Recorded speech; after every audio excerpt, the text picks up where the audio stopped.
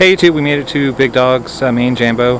This is the Gore Campground, and we will, of course, do a campground review for you guys, and we will also, obviously, film Big Dogs. So we will see you guys around. So this place has multiple names. The location is Gore, Virginia. The campground is called the Cove, and the event that they host here fairly frequently is called Big Dogs. So you might hear people refer to it with one of the three different names. And like I was saying, Big Dogs is an event. It's some private property, from my understanding, that's on the edge of the campground. The campground itself, like I was saying, is called the Cove Gore, and we're doing these check-ins because of the COVID-19 stuff that's going on right now. When I was here previously, a couple years ago, you actually went into the store where you could see like the Dr. Pepper. However, now they're keeping everybody out of the store, and you're doing all the check-ins outside. So to the right is campground number 1, and then they have all these other campgrounds everywhere else. And yeah, they sell firewood here, they have water. Campground number 1, which we're in, is one of the only campgrounds that has electricity, and not even the whole campground has electricity. What I'm going through here is actually a site. I didn't actually realize that I was supposed to go around the outer edge. And I have the camper attached to me right now, by the way, so I just drove through like a site, and I'm basically looking for my site because this is my first time here. That's my site right there on the right, and I didn't know it. So you'll see here, like, I passed it up, and now I'm gonna back in to this site, and you're gonna get to see like me and my trailer sort of trying to drive. So I'm just backing up, and I have this trailer behind me, a 21-foot trailer on the back of this Jeep. And then here I flip a U-turn in our site to get turned around. And this is the really weird thing. You see the power pole in front of me? The power pole is normally on the back of the trailer, where the power plug's in at. It's not normally in the front. But I wanted the camper to open up away from the road. So to get the camper to open up in the correct direction, I basically had to orient it what would be kind of backwards in the site. Hopefully that makes sense. And obviously I'm sitting here getting out all my extension cords. So this is the site afterwards it's all set up, so you can see what it looks like. Some still pictures, and then we'll do a drive around of the whole entire campground. And it was I think one of the better sites that they have. So there it is there. When we're driving up to it, and you can see that it's already all set up. And behind me is the main entrance road to the campground, where you saw that I was sitting there waiting to get through. Now, since this is during a Big Dogs, you're going to see a lot of Jeeps and a lot of off-road vehicles. The campground is obviously open outside of Big Dogs too, for people that come up here to go do regular camping, where they want to go fishing or kayaking or boat launching. This is Camp 1, like I was saying, and in Camp 1 specifically, this is the power loop, so this would be the optimal loop to be in if you are bringing a motorhome up here and you want to plug in. So that's what's important. And it's a electric loop, like I was saying. It is not a full hookup loop. You don't even have water. They do have water, a water spigot in a couple different spots where you can fill up with water. They do have a dump station, but you just don't have it in your site. I don't think they have a dump service. I could be totally wrong on that, but I don't think they do. So anyway, so we are coming out of Camp 1. That was the entrance right there. You go a little bit farther, and there's an exit on the opposing side of the entrance. And then directly in front of me is a large lake. And at the lake, you can do a boat launch if you want to put I believe you can put a boat out there, but I think there's maybe a fee or something. I can't really honestly remember. I know they have canoes and stuff over there too. There's also a beach. Actually, I have a real legit sand on the beach. And there's fishing. I think that if I remember right, this is all private property, so you do not need a fishing license to fish in the lakes. So it's a fairly large, very large actually, campground that has a lot of features, but it's not the normal campground that we normally go to. So normally we go to these resort campgrounds that have full hookups, and they look like big parking lots, and all the campers are side by side. And Gore, Virginia, or the Cove, is kind of the opposite of that. They have a lot of amenities, but it's very spread out, and you are not lined up like you're in a parking lot side by side. So this right here on the left is the big dog's registration. And I'm going to change the speed of the video at different points so you don't have to kind of get too bored with it and everything. But it is one of the longer videos for a campground review, 15 minutes. But like I said, this place is pretty big, and I really sped up the video in a lot of places. So you go up there and you show them something, and they give you a piece of paper, basically. I think you sign a waiver, and you get like an armband or something, and then you're good to go for big dogs. And we have another video on that we already posted on big dogs that was kind of brief, but we'll post a whole lot more videos on big dogs over the winter. And you basically line up right in front of those tents, in front of numbers, and the numbers represent how difficult you want the trail to be. And the numbers go like from 1 to, I want to say 9 typically. 10 is the highest number, but I think they only go to 1 to 9. And like I was saying in the other video, it's kind of disproportional here, like where they have a lot more harder stuff and not so much like easy stuff. So this here specifically is campground number 2. And campground number 2 goes to the right, and it goes to the left, and it goes along to the left here of this lake. And you're going to see me just kind of drive around. This will look like primitive camping on the top of a mountain, and that's pretty much what it is.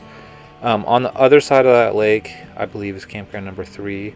It'll be near the end of the video where we kind of loop back around and we'll go hit that other campground. But most of the campgrounds, if you don't want to watch like the whole entire video, from here on out look basically like this. You'll see a picnic table, a fire pit, and a lot of trees. Like that's just how they are, and they're very far apart. So these are very commonly known for very wild parties with people, just because you're in the middle of the woods. Like that's what you do when you're in the middle of the woods. But I am going to drive around and let you see the different campgrounds. There were some campers that were out here that were like in the middle of nowhere sort of type thing that I did see. Not just like this van here, but there was actually like some like towable campers, like travel trailers and stuff, that had generators. That was what they were doing. They were boondocking with generators. Obviously, you can come out here and do it with solar too if you want. But this very much is more of a tent camping area than a like a motorhome camping area. And you can see even the roads here are pretty washed out and stuff in different spots. You can they spend time. You can tell they gravel it. They try to grade it down, but you can also tell this is not your normal like paved campground. Like I was kind of describing that we've posted a bunch of videos on. So there is 0 service at this campground, by the way. Like for phone service for any kind of network. There's Verizon, AT&T, all that. There is 0 service. They have 2 shooting ranges here. Like I said, they have a lot of amenities. They have 2 shooting ranges here, a long range and a short range shooting range. If you go over to the shooting ranges, you might be able to pick up like 1 bar service, like barely. If you go to a certain spot on the mountain, like on the Jeep trails, you'll have some service for maybe 5 minutes once you make it over to the side of the hill. But for the campground itself, there's basically like no service or nearly impossible to get service. So don't expect to make a phone call. Don't expect to watch YouTube or Skype or whatever. This is campground number 5 and 7. So 5, I think, is like the loop that we're in, and then 7 is a little kind of straight kind of hole in some direction. Maybe it's like right there on the right. I'm not 100% sure. But like I was describing to you, like it's a bunch of trees. These guys right here in front of us all were in the video with us, I believe. They were the ones with that really old Willys Jeep. If I remember right, I think those are the right people that had the Willys. So obviously back here, it's a good idea to have CB or GMRS or whatever kind of radio if you want to talk to your buddies. And if you don't want to talk to your buddies, then don't bring a radio. But yeah, you're probably going to want a radio, most likely, to talk to them. And it's like everybody uses something a little different, so there's not like really one thing. It does still seem like CB is kind of like the dominant factor on the East Coast, even though I don't like CB as much as like GMRS or ham. And I have not really ran into that many people that even have ham. This is, I believe, campground number 6. It's a little bit confusing to me on which one's which, and There is a trailer here on the left, you kind of barely saw it, and that was one that had a generator, and it was a travel trailer, maybe like a 25-foot travel trailer. Kind of similar to like what we have a 21-foot.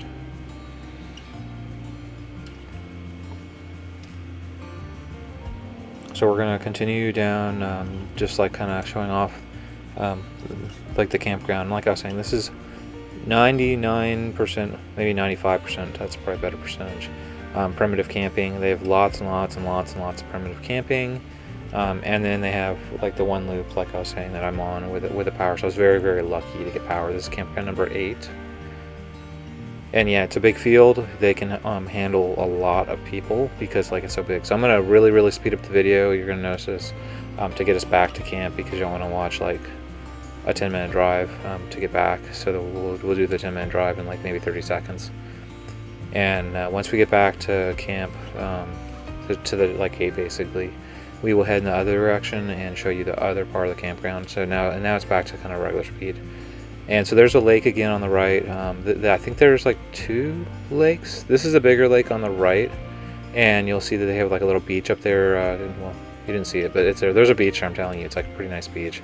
And then on the left there, what we just passed, is they had a bunch of rental Jeeps. There is a place that does like Jeep tours, and I can't remember the name of it. I'm sure you could look it up because it's like based out of the campground or whatever. And you basically show up and you rent the Jeep, and they take you out in the Jeeps and they guide you around and you get to drive. And it's kind of similar to what Off-Road Consulting is doing, except they give you a Jeep too. So you can show up like in your Honda Civic and go out, where with Off-Road Consulting you bring your own Jeep, or bring your own off-road vehicle, so to speak. And I don't know how much they are into teaching, because I've never done it before, but I know that they have a whole row of Jeeps over there, off-road vehicles.